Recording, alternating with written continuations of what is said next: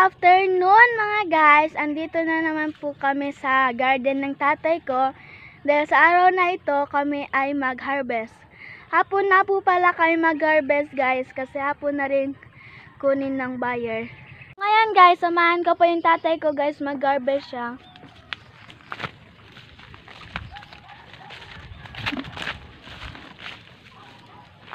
Grabe guys, ang daming bunga.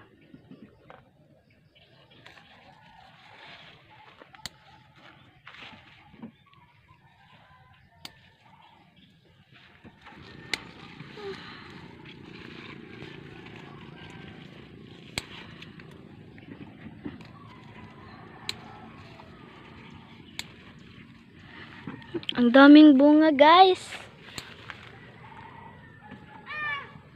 Yan guys, yan.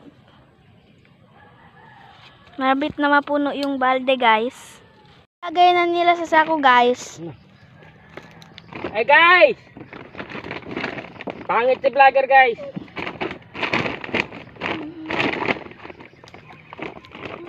Pangit kerat pa. Guys, yung mga pipino.